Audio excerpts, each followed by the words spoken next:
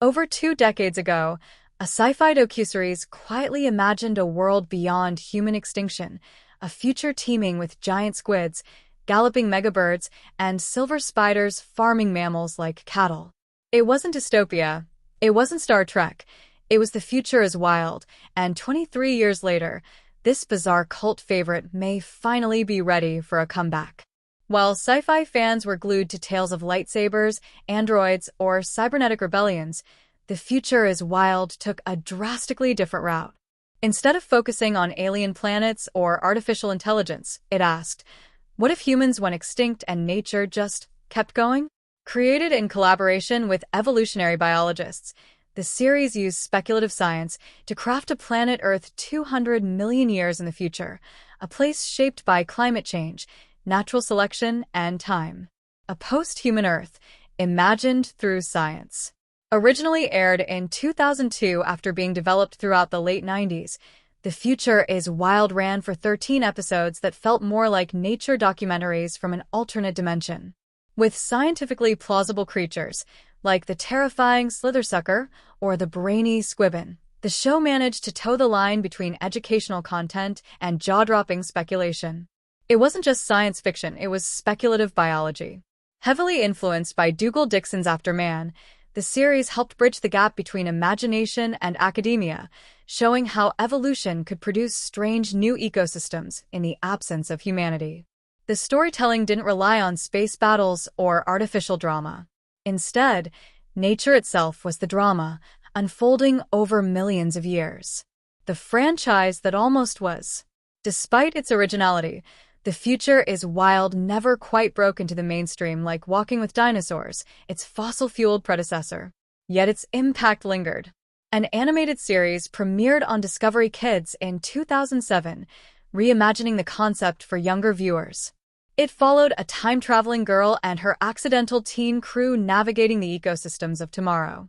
Over the years, the brand expanded in surprising directions: interactive museum exhibits, a manga in Japan, and even a VR game proposal. Rumors of a live-action film and a sequel series swirled in the mid-2010s, and The Future is Wild 2 was even announced, only to be quietly shelved when funding and network priorities shifted. A surprise revival? The future might be now. For most fans, it seemed the franchise had quietly gone extinct, a relic of educational TV's experimental age. But in 2025, something strange happened. Episodes began reappearing on YouTube. Nostalgia-driven comments flooded in.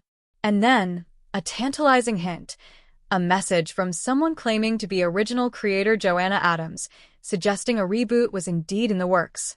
Was this just hopeful marketing? Or a real return of one of the boldest sci-fi concepts of the early 2000s? If it's true, then The Future is Wild may be ready to evolve once again. And this time, the world may finally be ready for it. Why the time is right for a wild comeback. In an era where streaming platforms are saturated with superhero spin-offs, franchise fatigue, and sci-fi reboots that play it safe, The Future is Wild stands out as a radically different vision. It's neither nostalgia, bait, nor action spectacle.